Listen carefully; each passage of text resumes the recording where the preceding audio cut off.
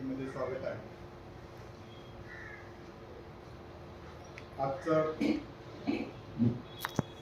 बैठक घेण्याचा प्राथमिक उद्देश जो आहे की आपण आणि आपल्या पक्षातले जे उमेदवार इच्छुक आहेत त्यांना बेसिक जी नॉमिनेशन पत्राच्या बाबतीमध्ये ज्या तरतुदी आहेत त्या करणं गरजेचं आहे. जसं इलेक्शन पुढे जाईल आम्ही सर्व प्रक्रिया तुमच्याकडून करून घेत असतो. म्हणजे खर्चाच्या अनुषंगाने असतील किंवा इतर वेगवेगळ्या परमिशनच्या बाबतीमध्ये असेल तर त्या आमच्याकडून दिल्या जातात आणि तुम्हाला वेळोवेळी ते कळवत असतो.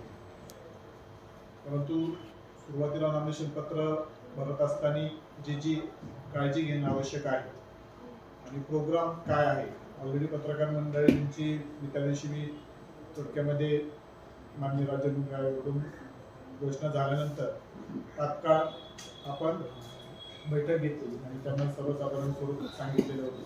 परंतु राजकीय पक्षांचे जे पदाधिकारी आहेत, तालुका प्रमुख असतील किंवा सदस्य असतील, यांना हा प्रोग्राम आणि आपल्या तालुक्यासाठी जी प्रक्रिया आपण राबवणार आहोत त्याची सर्वसाधारण माहिती आपल्याला आज मी देण्याचा प्रयत्न करणार आहे. आपल्या सर्वांना माहिती आहे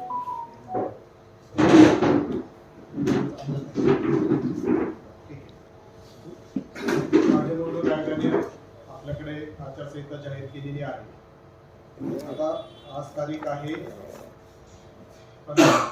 उद्या 16 तारखेला माननीय जिल्हाधिकारी महोदयांकडून निवडणुकीची जाहीर नोटीस प्रसिद्ध होईल. त्याच्यामध्ये जो निवडणुकीचा कार्यक्रम आहे तो प्रसिद्ध होईल. प्लस कोणत्या ठिकाणी नामनिर्देशन पत्र स्वीकारले जाणार आहे, मतमोजणी कुठं होणार आहे, या गोष्टीचा सर्वसाधारण त्याच्यामध्ये समावेश असतो. आपल्याकडे 16 तारखेपासून तर 21 तारखेपर्यंत नामनिर्देशन पत्र स्वीकारले जाणार आहे. तो जो त्याचा जो टायमिंग जो आहे तो आपला कोणता आहे, किती ते किती वाजेपर्यंत आहे तुम्ही सांगा मला. म्हणजे काय मला फक्त एकट्याला बोलायचं नाही. 11 ते 3 11 ते 3 या कालावधीमध्ये आपल्याला नामनिर्देशन पत्र दाखल करता येणार आहे. आमच्याकडून नामनिर्देशन देण्यासाठी हाच टायमिंग आहे. फक्त शेवटच्या दिवशी जो 11 ते 3 टायमिंग आहे तो 11 ते 2 पर्यंत नामनिर्देशन पत्र तुम्हाला देऊ शकतो.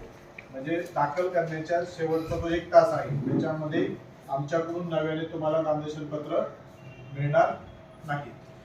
जे आहे की म्हणजे पत्र आमच्याकडून तुम्हाला देण्याचा जो कालावधी आहे तो 16 ते 21 जानेवारी असाच आहे. फक्त जो शेवटचा एक कालावधी आहे 11 ते 3 पर्यंत तुम्ही नॉमिनेशन देऊ शकता. परंतु आमच्याकडून नॉमिनेशन पत्र तुम्हाला देण्यासाठी 11 ते 2 एवढाच पिरियड आहे. आता 16 ते 21 मध्ये सकाळी 11 वाजल्यापासून तर 3 वाजेपर्यंत तुम्हाला नॉमिनेशन पत्र देता येतील. तर 22 तारखेला त्याची सकाळी 11 वाजल्यापासून छाननी सुरू होईल.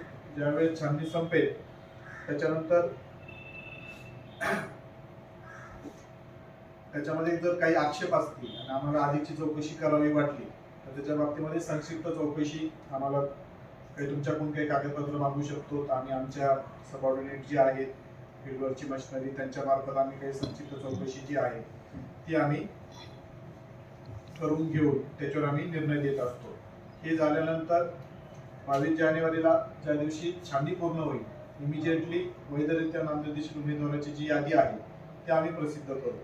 ते प्रसिद्ध झाल्यानंतर तुम्हाला उमेदवारी मागे पिरियड आहे तो सगळीकडे सारखाच आहे. तो 27 तारखेला 3 वाजता संपेल. मध्ये अर्धा तासाचा आम्हाला काम करण्यासाठी वेळ दिला आयोगाने आणि 3:30 वाजता लगेच आमच्याकडून त्याच्यामध्ये चिन्ह वाटप जे आहे ते चालू होईल. म्हणजे 27 तारखेला 3:30 वाजता आमच्याकडून चिन्ह वाटप होईल आणि चिन्ह वाटप झाल्यानंतर मतदानाची तारीख आपली आहे. तुम्हाला मध्ये प्रचाराचा वेळ आहे 27 तारखेपासून तर 3 तारखेपर्यंत तुम्हाला प्रचाराचा वेळ आहे आणि 5 फेब्रुवारीला सकाळी 7:30 वाजल्यापासून तर संध्याकाळी 5:30 वाजेपर्यंत कशाचा वेळ आहे, मतदानाचा वेळ आहे. आणि नंतर मध्ये पुन्हा 6 तारखेला 1 दिवसाचा गॅप आहे. 7 तारखेला सकाळी 10 वाजल्यापासून आपल्याकडे मतमोजणी होणार आहे. तर आपल्याकडे 5 जिल्हा परिषद निवडणूक विभाग आहेत आणि 10 पंचायत समितीचे निर्वाचक गण आहेत. या सर्व 5 जिल्हा परिषद आणि 10 पंचायत समितीचे जे नॉमिनेशन आहे तहसील कार्यालयामध्येच आपण स्वीकारणार आहोत. ज्या ठिकाणी आपण आमदारकीचे नॉमिनेशन स्वीकारले होते त्याच ठिकाणी आपण हे नॉमिनेशन पत्र स्वीकारणार आहोत. त्या ठिकाणी आमच्याकडून प्राथमिक छाननी जी आहे ती आमच्याकडून करून घेतली जाईल. तुमच्या नॉमिनेशन पत्रामध्ये काही त्रुटी असतील, तुम्ही दिलेली माहितीमध्ये आम्ही खरं खोटं ते आम्ही शोधत नाही, परंतु सही राहिलेली आहे, काही प्रकारे तुमचे कोरे असतील तर ते आम्हाला तुम्हाला निदर्शनास आणून देऊ आणि ते दिल्यानंतर तुम्हाला त्याची पूर्तता कधी करायची, प्रत्येक गोष्टीला एक ठराविक वेळ आयोगाने ठरवून दिलेला आहे. तर त्याची पूर्तता कधी करायची त्याची आम्ही तुम्हाला एक छाननी शीट देऊ, त्याची पूर्तता तुमच्याकडून आम्ही करून घेऊ. परंतु शेवटचा दिवस जो आहे 21 तारखेला अचानक जर मोठ्या प्रमाणावर आमच्याकडे नॉमिनेशन पत्र शेवटच्या 1 तासामध्ये आले तर आमच्याकडे नॉमिनेशन पत्र तुमची छाननी करण्यासाठी पुरेसा वेळ मिळत नाही. त्याच्यामुळे आज सर्व राजकीय पक्षांच्या पदाधिकाऱ्यांना, इच्छुक उमेदवारांना विनंती आहे की आपले नॉमिनेशन पत्र मुदतीच्या अगोदर, म्हणजे आपली 21 तारीख आहे तर आम्ही म्हणणार नाही की 16 तारखेला द्या, दिले तर वेलकम आहे. 16-17 2 दिवस आहे, शनिवारी जर असेल तरी सुद्धा नॉमिनेशन पत्र आमच्याकडे स्वीकारण्याचं चालू आहे. त्याच्यामुळे 16-17 तारीख आहे, 18 तारखेला बंद आहे, पुन्हा तुमचं 19, 20, 21 असे 3 दिवस आहे. टोटल 5 दिवस तुमच्याकडे आहे, 16, 17 आणि 19, 20, 21. 18 तारखेला फक्त रविवार असल्यामुळे नॉमिनेशन पत्र आमच्याकडे स्वीकारले जाणार नाही. तर सर्वांना विनंती आहे की लवकरात लवकर जर तुम्ही नॉमिनेशन पत्र दिले तर आम्हाला तुमचं नॉमिनेशन पत्र अधिक चांगल्या रीतीने तपासणी करून आम्हाला स्वीकारता येईल. जर शेवटच्या दिवशी आलं तर तुमचं नॉमिनेशन पत्र व्यवस्थित तपासलं न जाण्याची शक्यता जास्त आहे, कारण 11 आवरला आल्यानंतर आमच्याकडे तुमचे नॉमिनेशन पत्र स्वीकारण्याची जबाबदारी असते. तपासण्याची जबाबदारी अगोदर आम्ही तुमच्यासाठी हेल्प डेस्क ठेवणार आहोत, तर त्याच्यामध्ये आपण करावं असं अपेक्षित आहे. हा प्रोग्राम मी तुम्हाला थोडक्यामध्ये सांगितला आहे. आता नॉमिनेशन पत्राच्या बाबतीमधल्या ज्या तरतुदी आहेत महत्वाच्या ती मी या ठिकाणी तुम्हाला हे करतो.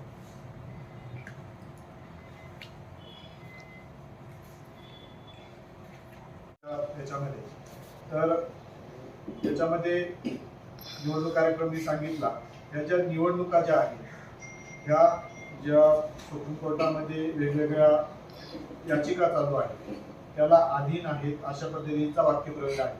ही माहिती तुम्हाला असणं आवश्यक आहे. आचारसंहिता मी सांगितली तुम्हाला, ज्या दिवशी प्रेस कॉन्फरन्स झाली तेव्हापासून आचारसंहिता लागू झाली. ती कधीपर्यंत चालेल? निकाल लागेपर्यंत आचारसंहिता लागू असणार आहे. आपल्याकडे काही राखीव जागा आहेत. राखीव जागेच्या बाबतीमध्ये आपल्याला जात प्रमाणपत्र आणि जात वैधता प्रमाणपत्र दोन्ही नॉमिनेशन सोबत सादर करणं आवश्यक आहे. जर एखाद्या उमेदवाराकडे जात वैधता प्रमाणपत्र नसेल तर त्यांनी जात पडताळणी समितीकडची जी पोहोच आहे ती आम्हाला सादर करणं आवश्यक आहे. त्या पोहोच सोबत एक हमीपत्र आहे, म्हणजे 6 महिन्यामध्ये आम्ही आमची व्हॅलिडिटी करून घेऊन तुम्हाला सादर करू, अन्यथा आमची जी उमेदवारी आहे किंवा आमची जी निवड आहे ती रद्द होईल अशा पद्धतीचं हमीपत्र आहे. तर ते हमीपत्र तुमच्याकडून घेण्यात येईल. प्रत्येक वेळेस आपण ऑनलाईन नॉमिनेशन भरतो आणि त्याच्यानंतर प्रिंट काढून सह्या करून त्याच्या अभिसाक्षी करून आमच्याकडे तुम्ही सादर करत असता, परंतु वेगवेगळ्या राजकीय पक्षांची मागणी विचारात घेता आयोगाने सांगितले की पारंपरिक ऑफलाईन पद्धतीने नॉमिनेशन पत्र तुमचं स्वीकारलं जाणार आहे. म्हणजे आता ऑनलाईन करायची गरज राहणार नाही. जे काही छापलेले नमुने आहेत ते उद्यापासून आमच्याकडून तुम्हाला देण्यात येतील. ते छापलेल्या नमुन्यामध्ये माहिती भरून तुम्ही टायपिंग करू शकता, त्याच्यात त्या नमुन्यामध्ये माहिती भरू शकता, तो तुमचा चॉईस आहे. परंतु जे नमुने आम्ही देऊ त्याच्यामध्ये तुम्हाला ऑफलाईन पद्धतीने भरायचे आहे. असं नाही का त्याच्यातच भरून दिलं पाहिजे, तुम्ही टायपिंग करून पण आमच्याकडे देऊ शकता, तुम्ही त्याच नमुने तुम्ही भरून देऊ शकता. परंतु हे जे आहे तुम्हाला आता जे आयोगाच्या वेबसाईटवर जाऊन भरावे लागत होते आता त्याची गरज राहणार नाही. न्यायालयीन प्रकरणाच्या बाबतीमध्ये जर याच्या बाबतीमध्ये कोणत्याही पद्धतीचं वाद निर्माण झाला आणि किंवा एखादा निर्णय आमच्याकडून दिला गेला तो तुम्हाला मान्य नसेल तर याच्या बाबतीमध्ये तुम्हाला रिट याचिका करण्याची मुभा राहील. परंतु जी अपिलाची तरतूद होती ती सध्या आता राहिलेली नाही. आयोगाने त्यांच्या प्रोग्राममध्ये तशा पद्धतीचं प्रोग्राममध्ये सूचना सुद्धा दिलेल्या नाही.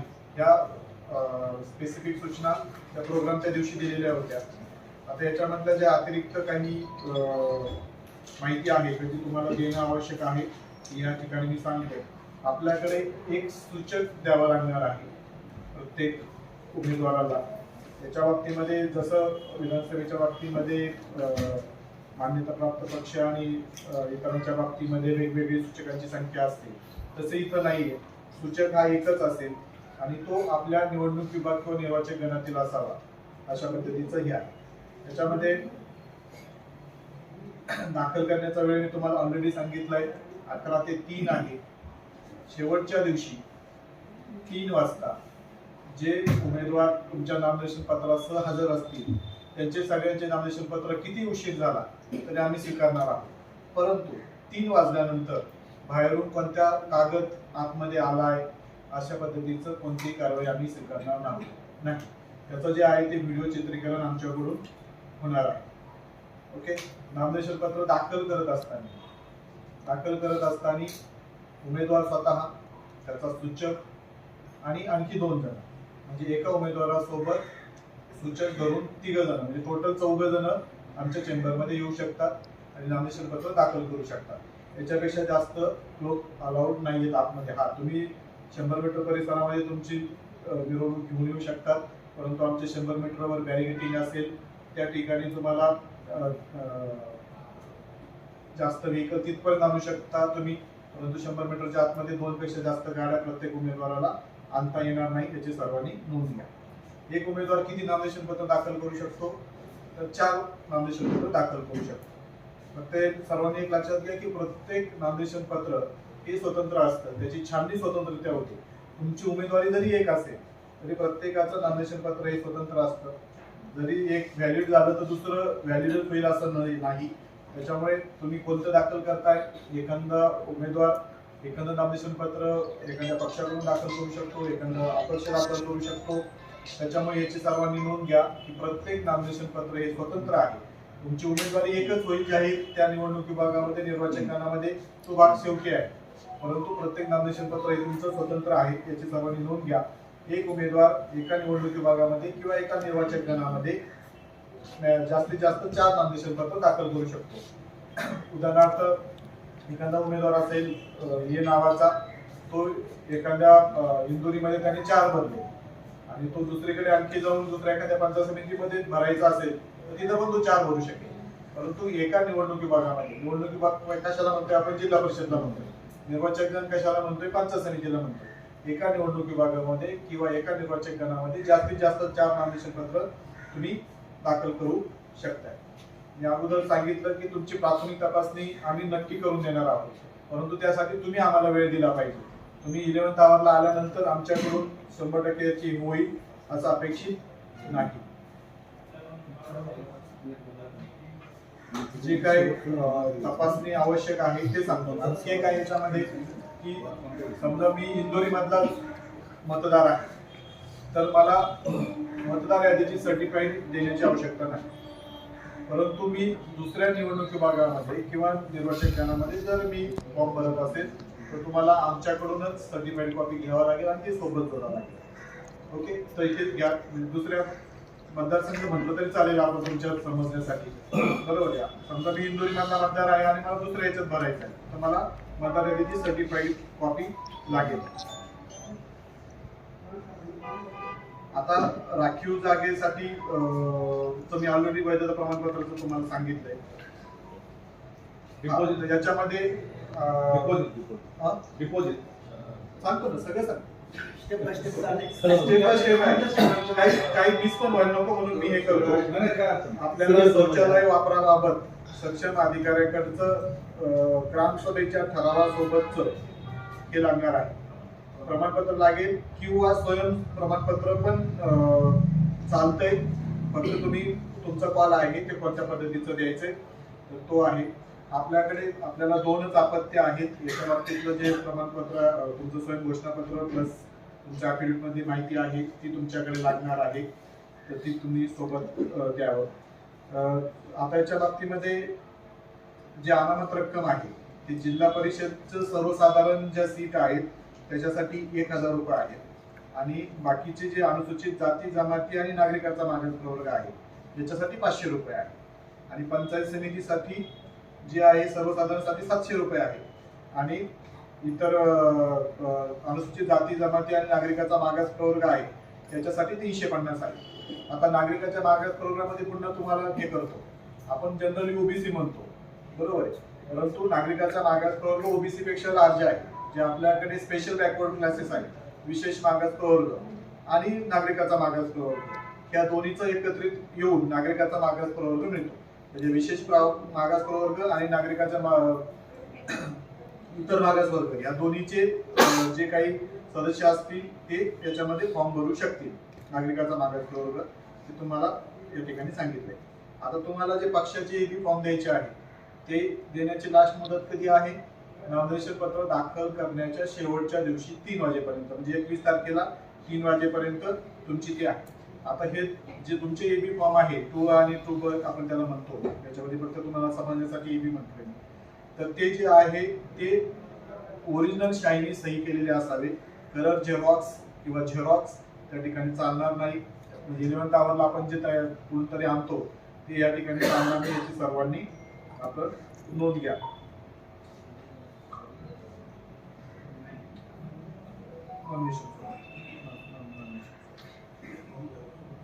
गोष्टीचं मी ऑलरेडी सांगितलेलं आहे. आता तुम्ही ज्यावेळेस आमच्याकडून प्राथमिक छाननी करून घेता त्यावेळेस कोणती बाब तुम्हाला कधीपर्यंत देण्याचं आहे आमच्याकडून तुमच्या याच्यामध्ये मिळेल त्या मुदतीमध्ये जर दिलं नाही, आता उदाहरण सांगतो की आपलं जे ऍफिडेव्हिट आपण करतो, ऍफिडेव्हिट मध्ये तुमचे काही कॉलम निरंक असू शकते, आम्ही जी मुदत त्या ठिकाणी टाकून देऊ त्या मुदतीत तुम्ही जर दिलं नाही तर ते तुमचं रिजेक्शन, म्हणजे त्याच्यानुसार तुमची उमेदवारी ही अवैध ठरू शकते, याची सर्वांनी नोंद घ्या. आमची पडताळणी सूची तयार आहे. पडताळणी सूचीमध्ये आम्ही त्या सर्व गोष्टी तुम्हाला नमूद करून देणार आहोत. खर्चाची मर्यादा. आता खर्चाची मर्यादा जी आहे आपल्याकडे जिल्हा परिषदची जी संख्या आहे, निवडणूक विभागाची जी संख्या आहे त्याच्यानुसार डिवाइड केलेली आहे. आपल्याकडे 73 जिल्हा परिषदचे संख्या आहे, त्याच्यामुळे आपल्यासाठी जिल्हा परिषदसाठी 9 लाख आणि पंचायत समितीसाठी 6 लाख अशा पद्धतीची आहे. बाकीच्यांची मी सांगत नाही, आपल्याला त्याची गरज नाही. ते त्यांनी 71 ते 75, 61 ते 170 आणि 50 ते 60 अशा पद्धतीचे वेगवेगळ्या तरतुदी केलेल्या आहेत. परंतु आपल्या जिल्हा परिषदसाठी 9 आणि 6 लाख अशी खर्चाची मर्यादा आहे. ही अनामत रक्कम सांगितली, खर्चाची मर्यादा तुम्हाला सांगितलेली आहे. आता जे खर्च तुम्हाला करायचा आहे तो तुम्हाला राष्ट्रीयकृत बँकेमध्ये अकाउंट तुमचं उघडायचं आहे आणि त्याच्यामध्ये तुम्ही पैसे त्या ठिकाणी डिपॉझिट करून त्याच्यात मधूनच तो तुम्हाला खर्च करायचा आहे. तुमचं जुनं अकाउंट असेल ते चालणार नाही. निवडणुकीसाठी तुम्हाला नवीन अकाउंट खोलायचं आहे आणि त्याच्यामध्ये पैसे डिपॉझिट करून त्याची पहिल्या पानाची जी झेरॉक्स आहे ती आम्हाला पुरावा म्हणून द्यायचं आहे. त्याच्यानंतर तुमचं हे तुम्हाला दैनंदिन खर्चाचं आहे ते आम्ही नमुने तुम्हाला देऊ, तुम्ही जे प्रतिनिधी नेमतात आम्ही ते हे करू. परंतु एकदा मतदान संपल्यानंतर, निकाल लागल्यानंतर 30 दिवसाच्या आतमध्ये तुम्हाला परिपूर्ण जो खर्च आहे तो सुद्धा तुम्हाला द्यावा लागतो. तो 30 दिवसामध्ये जर तुम्ही दिला नाही तर अनर्हतेचं ते कारण ठरू शकतं, त्याची सर्वांनी नोंद घ्या. तुम्हाला एक इलेक्शन एजंट नेमता येतील. इलेक्शन एजंटचा नमुना पण आम्ही तुम्हाला देऊ. ते तुम्हाला रद्द करायचा असेल कोणत्या वेळी तुम्हाला तो रद्दही करता येईल, तो तुमचा अधिकार आहे. आचारसंहितेचे जे सर्व बाबी आहेत आमच्याकडे वरून जर आतापर्यंत पुस्तक आलेलं नाही, जे पुस्तक आमच्याकडे आले नाही तर आम्हाला पेन ड्राईव्ह मध्ये तुम्हाला सर्व जे पुस्तकं आहेत म्हणजे आचारसंहितेच्या बाबतीमध्ये असतील, छोट्या छोट्या गोष्टी असतात, ते सर्व ज्या आयोगाच्या गाईडलाईन आहेत ते तुम्हाला आम्ही देण्याची व्यवस्था करू. आता छाननीचं मी ऑलरेडी सांगितलेलं होतं, छाननी ही अर्धन्यायिक स्वरूपाची आहे. जर आम्हाला छाननीमध्ये तुमचे काही अतिरिक्त डॉक्युमेंट तपासायची गरज पडली तर आम्ही 1 तासासाठी 2 तासासाठी किंवा दुसऱ्या दिवशी सकाळपर्यंत आम्ही छाननीची प्रक्रिया थांबवू शकतो. तशी सर्व जर तुम्ही परिपूर्ण नॉमिनेशन भरले तर तशी वेळ आपल्याकडे येणार नाही असं अपेक्षित आहे. आता छाननीला कोण उपस्थित राहील काय राहील हे आता सांगायची गरज नाही, तरी पण आतापासून सांगून ठेवतो. तुम्ही स्वतः उमेदवार, तुमचे इलेक्शन एजंट, तुमचे सूचक आणि एक तुम्ही प्राधिकृत केलेली व्यक्ती, मॅक्झिमम 4 लोक एका उमेदवाराचे छाननीसाठी उपस्थित राहू शकते. आता वय किती पाहिजे आपल्याला? 21 वर्ष. कधीपर्यंत पाहिजे?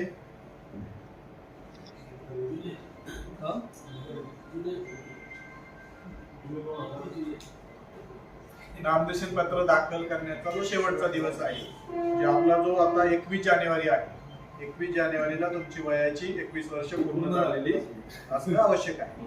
बरोबर आहे. नामनिर्देशन पत्र दाखल करण्याचा शेवटचा दिन आहे. मतदार यादी आपण 1 जुलै 2025 ची जी मतदार यादी होती ती फायनल केली आणि त्याच्यासाठी तो दिनांक राहिला. परंतु वयाची 21 वर्ष कधीपर्यंत पाहिजे? 21 तारखेची लास्ट डेट आहे. लास्ट डेट ऑफ नामनिर्देशन पत्र दाखल करण्याची शेवटची तारीख.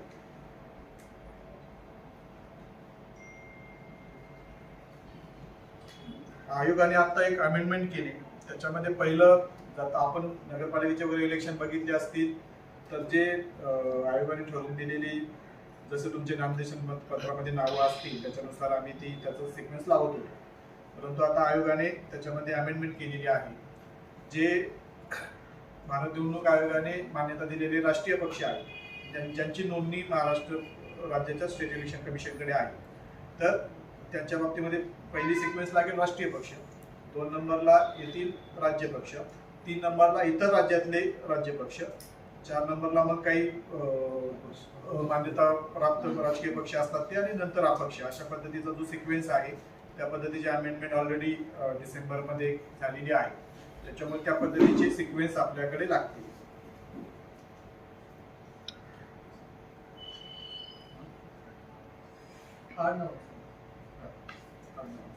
आता उमेदवारी मागे घेण्याचा जो पिरियड आहे तोही तुम्हाला सांगितलेला आहे. तुमचं छाननी पूर्ण झाल्यानंतर तो पिरियड चालू होतो. तर तो कधीपर्यंत आहे?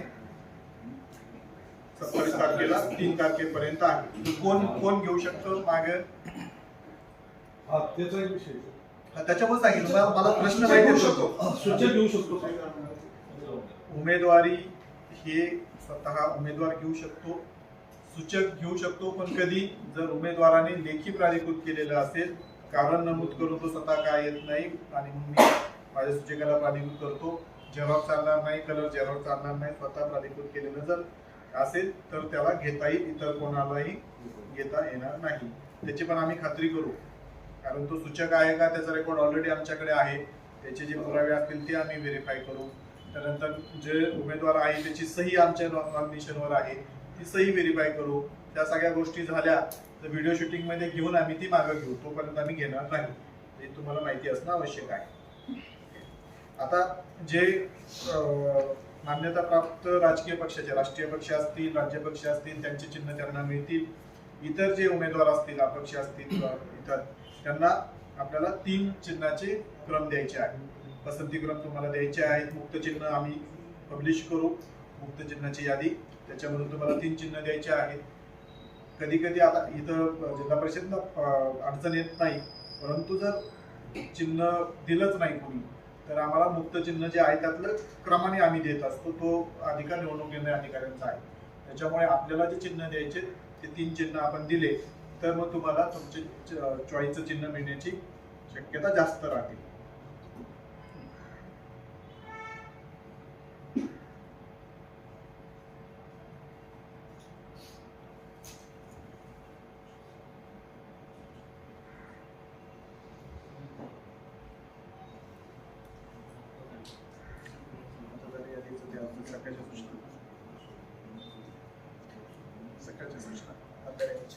विभागामध्ये विभागामध्ये तुम्हाला 4 वेळा नॉमिनेशन दाखल करता येते.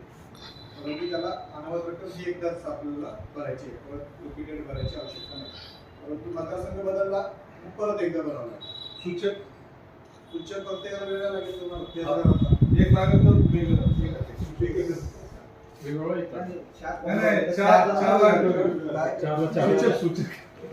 सूचक एकच लागतो ना. तुमचा विषय तुम्ही परत बघा, तुम्ही जर 4 नॉमिनेशन भरता तर 4 सूचक मिळाले पाहिजे तुम्हाला. हो, मी विचारतोय सूचक चालणार का 4 वेगळे असं म्हणते. तो इतर फॉर्मवरती एक लक्षात घ्या. आपण नॉमिनेशन पत्र 4 का भरतो? त्याच्यामध्ये कोणत्या पद्धतीची त्रुटी राहू नये. आपल्या दुसरं एक पत्रामध्ये एकामध्ये अडचण आली तर दुसरी वापरू.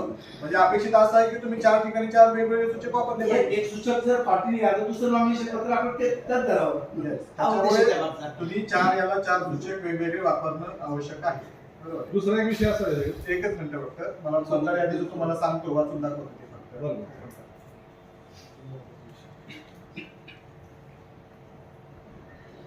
आता आयोगाच्या ज्या सूचना आलेल्या आहेत, स्थानिक स्वराज्य संस्थांच्या निवडणुकीकरिता मतदार यादीची प्रारूप आणि अंतिम मतदार यादी प्रतिपृष्ठ 2 रुपये फक्त इतका दर आकारून उपलब्ध करून द्यावी.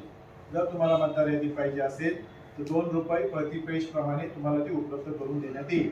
हे जे आयोगाचे आजच आलेले सूचना आहेत, त्याचे दर प्रत्येक वेळेस आयोग ठरवत असतं. 2 रुपये प्रति पेज प्रमाणे तुम्हाला आहे.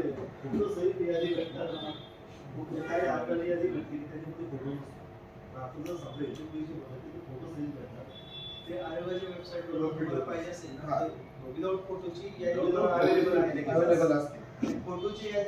फोटोच्या यादीसाठीच आमची ही आहे.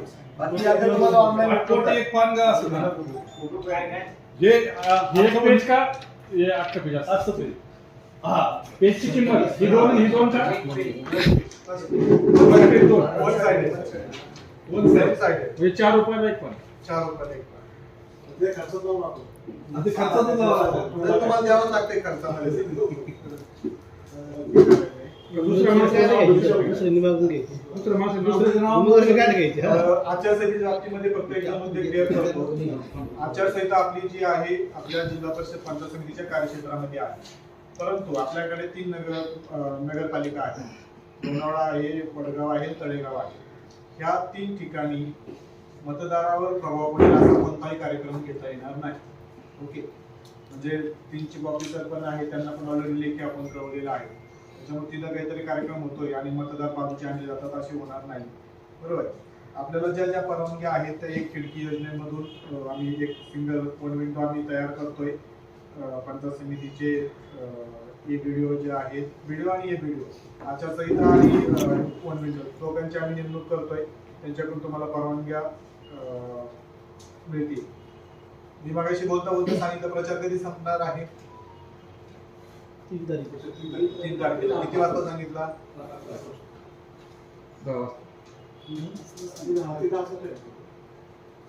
मी याची प्रोव्हिजन सांगतो. आपल्याकडे जो आहे की जिल्हा परिषद पंचायत समितीच्या बाबतीमध्ये मतदान सुरू होण्याच्या 24 तास अगोदर प्रचाराचा जाहीर प्रचाराचा कालावधी तो संपतो. आता आपला किती वाजता? 7:30 वाजता चालू होत आहे. म्हणजे 24 तास अगोदर म्हणजे कधी? 4 तारखेला. बरोबर. परंतु आपण 10 पासून सकाळपर्यंत प्रचार करतो का? करत नाही. त्याच्यामुळे आपला जो कालावधी आहे तो 3 तारखेला 10 वाजता रात्री 10. कारण 10 वाजल्यानंतर आपण अलाउड करत नाही. 4 तारखेला संपणार का 3 तारखेला 10 वाजता. 24 तास अगोदर जरी असेल तरी आपण रात्री प्रचार अलाउड करत नाही. त्याच्यामुळे 3 तारखेला रात्री 10 वाजता जाहीर प्रचाराचा कालावधी संपेल. आणि इतर वेळी पण 10 वाजेपर्यंत रात्री. डेली तर इतर वेळेस पण 10 वाजेपर्यंत आहेच. आणि सर दुसरं आता जसं महानगरपालिकेला बघा आदल्या दिवशी पण उमेदवाराला प्रचार करायची मुदत दिली, तसं नाही इकडे काय तसं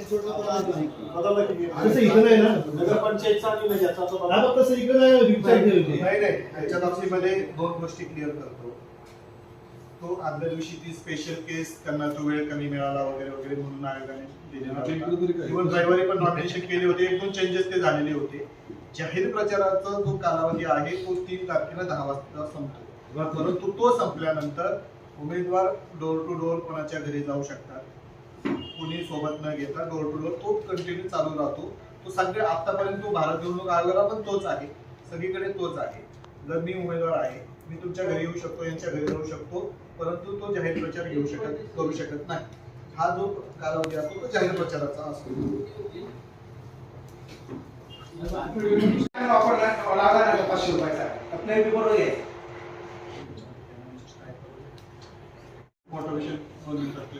दुसरं एक असं आहे, बोला. आपण आता मागल्या पंचायत समितीला 2017च्या काही लोकांनी पक्षाचं फॉर्म भरले, पण त्यांना एबी फॉर्म नाही गेल्यानंतर त्यांचा फॉर्म अपक्ष झाला. तर तो बाद होणार का अपक्ष होणार? परत सांगा काय होतं? एबी फॉर्म नव्हता. समजा आम्ही 14 जणांनी फॉर्म भरला, पण एकाला एबी फॉर्म भेटला. ज्यांनी भरताना पक्षाच्या नावाने भरला आणि पक्षाच्या नावाने भरल्यानंतर तो अपक्ष झाला, तर तो अपक्ष होणार का बाद होणार? हे बघा, एबी फॉर्म ही दोन गोष्टी आहेत. एक तर मी त्या पक्षाचं डिक्लेरेशन केलेलं पाहिजे. समजा मी भारतीय राष्ट्रीय काँग्रेसच्या नावाने जर नॉमिनेशन करत असेल तर मी त्याच्याकडून उमेदवारी जाहीर केलेली पाहिजे त्याच्यामध्ये, बरोबर आहे. त्यानंतर तुमचा जे एबी फॉर्म आहे तो लास्ट डेटच्या 3 वाजेपर्यंत आलेला पाहिजे. आता काय इथं आपल्याकडे इथं काही सूचक एकच आहे, म्हणजे पक्षाचा असेल किंवा याचा असेल, सूचक एकच आहे.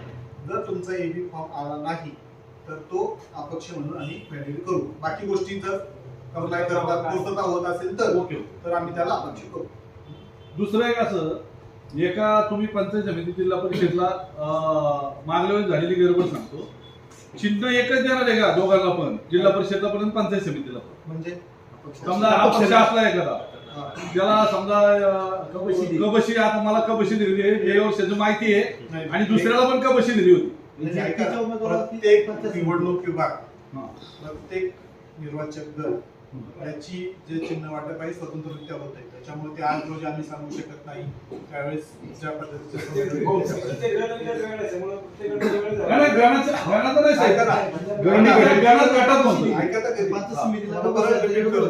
आपल्याकडे एकूण 15 मतदारसंघ आहेत.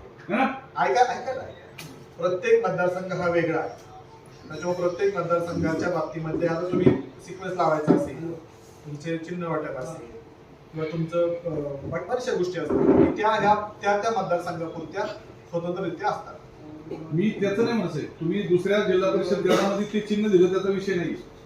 मी म्हणतो आता एक आमचं वराळे आणि इंदोरी गट आहे, गण 2 गण आहेत आणि गट आहे इंदोरी, तर गटाला आणि गणाला खाली तुम्ही देऊ शकता का? हा माझा मुद्दा आहे. अपक्षाच्या बाबतीत तुम्ही जर मागणी केली आणि ती आमच्याकडे उपलब्ध असेल तुमच्या सिक्वेन्सला येईपर्यंत आम्ही देऊ. सर सिक्वेन्सला येतं, मी काय म्हणतो तुम्ही लक्षात घ्या. एकाच गण आणि गटामध्ये तुम्ही 2 चिन्ह, मला मागल्या वेळेस काय आलं, जिल्हा परिषदला पण तेच चिन्ह आणि पंचायत समितीला पण तेच चिन्ह. त्याच्यामुळे अशा गडबडी झालेल्या आहेत की जे जिल्हा परिषदला मतदान व्हायच्या, पंचायत समितीला मतदान व्हायचं ते जिल्हा परिषदला झालंय आणि पराभव होतो उमेदवाराचा. हे झालं नाही पाहिजे काही. नाही सांगतो तुम्हाला, प्रत्येक जो हे आहे, प्रत्येक जो एक जिल्हा परिषद हा वेगळा मतदारसंघ आहे, दुसरी पंचायत समिती वेगळा मतदारसंघ आहे, तिसरी पंचायत समिती वेगळा मतदारसंघ आहे. त्याच्यामुळे प्रत्येकाचं चिन्ह वाटप स्वतंत्र होतंय. आज रोजी आम्ही त्याचं काय सांगू शकतो? होऊ शकतं परत होऊ शकतं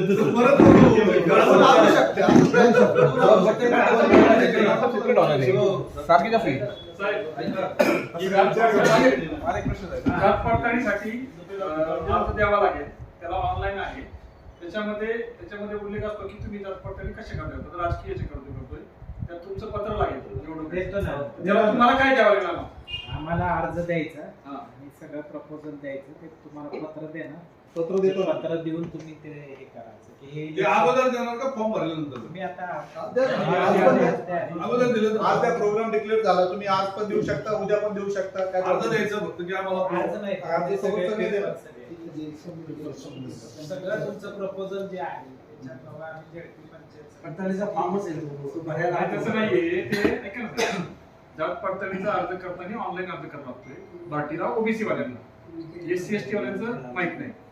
तर त्याच्यामध्ये कॉलम आहे की तुम्ही जात पडताळणी कशा करता. तेच आम्ही तुम्हाला इलेक्शन साठी देतोय ना, तर तुम्ही माझ्याकडे जमा करायचं, आम्ही तुम्हाला पत्र देतो की बाबा असं असं तो अर्ज डाउनलोड होणार नाही, म्हणजे तुम्हाला जे डॉक्युमेंट्स आहेत ते आणि साधा अर्ज देऊ शकतो. द्या ना. प्रपोजलचं पत्र तुम्हाला आम्ही देतो की जात पडताळणीला यांचं असं असं आलेलं आहे, ते पुढे फॉरवर्ड करा. तुमचं जे शपथपत्र आहे ते स्टॅम्प पेपरवर करण्याची आवश्यकता नाही. ते प्रतिज्ञापत्र तालुका दंडाधिकारी साहेब यांच्या समोर आम्ही साक्षी केलं पाहिजे की नोटरी पुढे गेलं तरी चालेल. वाचून दाखवतो याच्या बाबतीमध्ये उमेदवाराने सादर केलेली गुन्हेगारी पार्श्वभूमी व स्थावर जंगम मालमत्तेचा तपशील येणारे शपथपत्र राज्य निवडणूक आयोगाच्या 2015च्या आदेशानुसार स्टॅम्प पेपरवर करण्याची आवश्यकता नाही. एका प्रश्नाचं उत्तर तुम्हाला मिळालं. परंतु संबंधित शपथपत्रातील कोणतीही रकाना माहिती कोरी ठेवू नये. माहिती निरंक संबंधित नसल्यास, माहीत नसल्यास नॉट ऍप्लिकेबल किंवा निरंक असं श्रेय असणे आवश्यक आहे. रकाने कोरे ठेवल्यास नामनिर्देशन पत्र नाकारले जाऊ शकते. मी ऑलरेडी तुम्हाला हे सांगितलंय, बरोबर आहे. त्याच्या बाबतीमध्ये नोटरी जी आहे तुम्हाला करता येईल, काही अडचण नाही. आणि आता गुन्हेगारीचा विषय असतो. आता फक्त एक करा, नोटरी जर केली नंतर तुम्ही करेक्शन करत बसता हाताने, ते करू नका, ते करू नका. ते गाड्यांचं परमिशन वगैरे ते कुठं भेटणार? फक्त याच्यामध्ये तुम्हाला डिजिटल काही प्रचार करायचा असेल, माहिती काही करायचं असेल तर ती जिल्हाधिकारी कार्यालयामध्ये एक समिती आहे, त्याच्याकडून ते प्रमाणन करून घ्यावं लागेल पक्षाची जे काय असेल. दुसरं एक असं, गाड्या किती वापरण्याला परवानगी आहे? जागा तुम्हाला प्रचारासाठी, प्रचारासाठीच सांगतो तुम्हाला, जे तुम्हाला नॉमिनेशन याच्यासाठी यायचं 100 मीटरच्या आतमध्ये 2 गाड्या आहेत.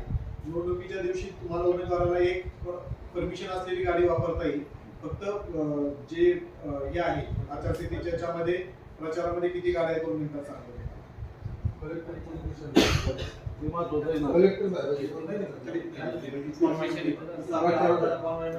गाड्याची संख्या होती ना ती आणि दुसरं एक तुम्ही स्पीकरच्या गाड्या किती हे करू शकता ते पण सांगा. एक लक्षात घ्या, तुम्ही ज्या गाड्या वापरता त्याच्यामध्ये आमची बंदी नसते. आमची बंदी कुठं असते? हा, जेवढे तुम्ही वापरता आम्ही खर्चामध्ये घेतो. फक्त तुम्ही ज्या मिरवणुका काढता, मिरवणुकासाठी बंद नाही, तेवढे फक्त गाड्यांची संख्या प्रत्येक ठिकाणी वेगळी असतात, ते सांगतो तुम्हाला. त्याचा खर्चाचा तपशील पुढे भेटणार ते पण सांगा. म्हणजे एका गाडीला तुम्ही दररोजचा खर्च काय? DSR रेट जे आहे दरपत्रक कलेक्टर ऑफिस कडून आपल्याला येईल, ते आलं की तुम्हाला त्याची प्रत ते एक महत्वाचं देतो. ते त्यांचा दर आहे. आपल्याला त्या दराने करावं लागतं. सर अजून एक प्रश्न होता, उमेदवारांची माहिती आपण पब्लिश कशी करणार आहे? समजा आता महानगरपालिकेच्या वेबसाईटवरती झाली, लोणावळा नगरपालिकेच्या आपण तिच्या वेबसाईटवरती प्रतिज्ञापत्र ते ॲफिडेव्हिट अपलोड केलं, तसं जिल्हा परिषद पंचायत उमेदवारांचं आपण पब्लिश कशी करणार आहे माहिती? आम्हाला तुम्ही जरी ऑफलाईन नॉमिनेशन दिलं असेल तरी आयोगाच्या वेबसाईटवर आम्हाला माहिती भरावी लागते आणि ती माहिती तुम्हाला उपलब्ध होईल आयोगाच्या वेबसाईटवर. आयोगाच्या वेबसाईटवर. बरोबर. दुसरं एक साहेब, शिक्षणाचा दाखला काय जोडणं आवश्यक आहे का? वयाचा पुरावा तुम्हाला द्यायचा. शैक्षणिक आम्ही हे करत नाही विषय मागल्या वेळेस आहे. प्रचार फेरीतील वाहने जे आहेत त्याची हे सांगतो तुम्हाला. जिल्हा परिषद पंचायत समिती निवडणुका जास्तीत जास्त 10 वाहने वापरता येतील. यामध्ये जास्तीत जास्त 3 वाहने 4 चाकी असतील, 4 चाकी किंवा 3 चाकी, इतर वाहने 2 चाकी असतील. म्हणजे एका प्रचार फेरीमध्ये तुम्हाला 10 वाहनं, त्यातल्या 3 4 व्हीलर, बाकीचे 2 व्हीलर. मी जे हे विचारलं मागल्या वेळेस काय आलं की तुम्ही ज्या वेळेस निवडणूक होती ना त्यावेळेस बाहेर हे लावलं होतं की उमेदवाराचं शिक्षण काय आहे, अशा त्याच्यासाठी दाखला लागणार आहे का? नाही, ऐका, तुम्ही जे प्रतिज्ञापत्रामधली माहिती देता ती आम्ही पब्लिश करतो. तुम्ही जे उमेदवार आमच्याकडे नॉमिनेशन पत्र दाखल करतील त्यांचं ॲफिडेव्हिट आम्ही आमच्या नोटीस बोर्डावर पब्लिश करत असतो. ओके, त्याच्यामध्ये ती माहिती याच्यातच बघायची. त्याच्या त्या तुमच्या नॉमिनेशन पत्रामध्ये सगळी माहिती आलेली असते, वेगळ्याने नाही. फक्त तुम्हाला वयाचा पुरावा म्हणून एक पुरावा तुम्हाला द्यावा लागेल का जे 21 वर्ष पूर्ण केलेलं दाखवेल. त्याला आधार कार्ड पॅन कार्ड चालतं का? तर शाळेचा दाखला. वयाचा पुरावा जर कोणाचा अडचण येते वयाच्या पुराव्या, आता दत्ता पडवळांनी दाखल केलेलं वयाचे प्रश्न येत नाही. नवीन एखादा मुलगा असेल तर 21 वर्षाचा विषय येतो. त्याने ती काळजी घ्यायची.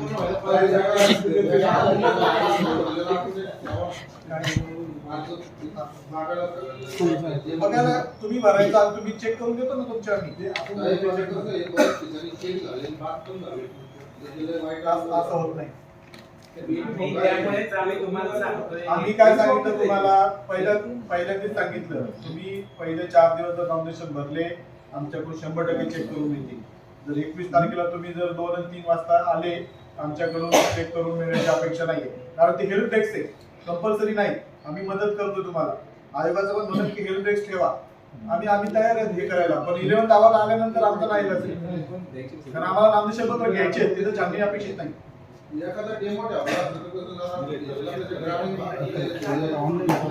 काय ही माहिती सांगतो तुम्हाला. तुम्हाला हे आम्ही छापील नमुने आता चेक करायला घेतोय, हे उद्यापासून आमचे सगळे नमुने असतील. तुम्ही याच्यात पण माहिती करू शकता. तुमची माहितीचा डेमो आम्ही कसा द्यायचा?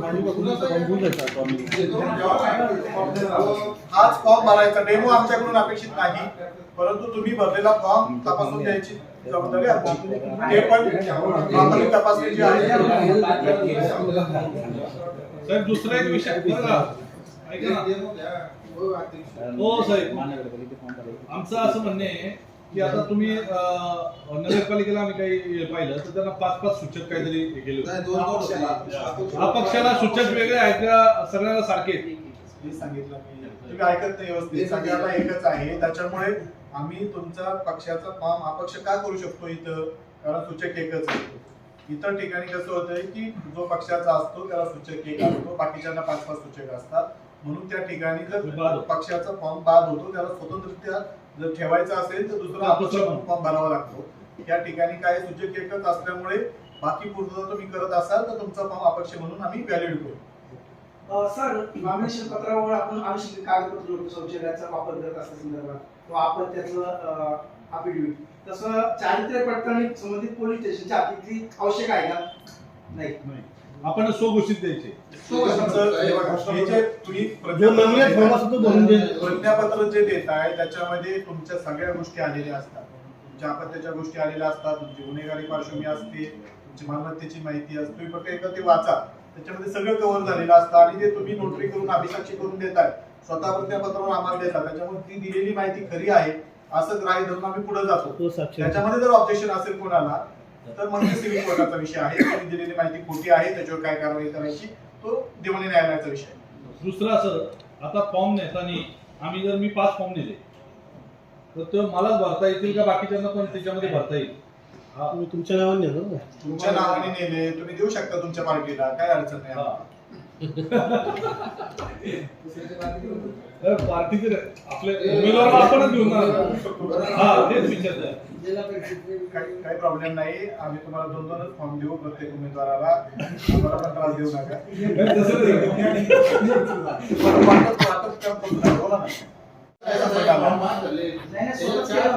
एक बघा, मी ज्या सूचना सांगतोय त्या जबाबदारीने सांगतोय, परत रिपीट करतो, तुमच्या ज्या त्रुटी असतील ते तपासून द्यायची जबाबदारी आमची. तुम्ही जर 20 तारखेपर्यंत आले तर 21 तारखेला आमची जबाबदारी नाही. बोला. आजच्या मीटिंगचे जे हे आहे विरोध आमच्यापर्यंत आले नाही, कारण आमच्याकडं म्हणजे भारतीय जनता पार्टीमध्ये 5 मंडलाध्यक्ष आहेत, तालुकाध्यक्ष नाही, त्यामुळे आमच्यापर्यंत माहिती आली. आता काय करा, प्रत्येकाने कोणाला इन्व्हाइट करायचं ना पार्टीवर, त्या इथून पुढच्या ज्या मीटिंग आहे आम्ही सगळ्याला बोलू घेऊन टाकायसाठी. 4 का 5 5 मंडलाध्यक्ष आहेत, म्हणजे एक देऊचे असतील ना, एक देव रोड आमच्याकडे नाही, त्याच्यामुळे आपली 4ची फक्त नावं द्या, आम्ही ते तिथून पुढे आणखी कोणाच्या पार्टीचं कोणी राहिलं असेल तर त्यांचे पण नावं द्या, आपण ते यादी अपडेट करू. त्याच्या बाबतीमध्ये आपण ती मार्किंग करतोय, जिथं दुबार आहे ना त्याच्या मार्किंग करतोय. आणि दुबारच्या बाबतीमध्ये एक आहे की त्याचे डॉक्युमेंट व्हेरीफाय करूनच आपण त्याला मतदान करण्यासाठी परवानगी देतोय. बरोबर, त्या दिवशीच मतदान आहे, कुठे 2 ठिकाणी करू शकत नाही. आणि जे आपल्याकडचे दुबार जे आहेत ना ते नगरपालिका आणि ग्रामीण भागातले अशा पद्धतीचे आहेत, त्याच्यामुळे तो ग्रामीण मध्ये 2 ठिकाणी असण्याची संख्या फार कमी आहे, फारशी अडचण आपल्याकडे नाही. आणि ज्या ठिकाणी दुबारचे आम्ही स्टॅम्प करतोय, आमच्या जे मतदान केंद्राध्यक्ष असतील त्यांना स्पेसिफिक सूचना आम्ही देतोय की त्याचे सगळे डॉक्युमेंट व्हेरीफाय करूनच त्याला मतदान करण्याची परवानगी देतो. एखादा मतदार नगरपालिकेच्या हद्दीमध्ये आहे, त्याचं गावाकडे पण नाव आहे, अगोदर मतदान आलं तर मग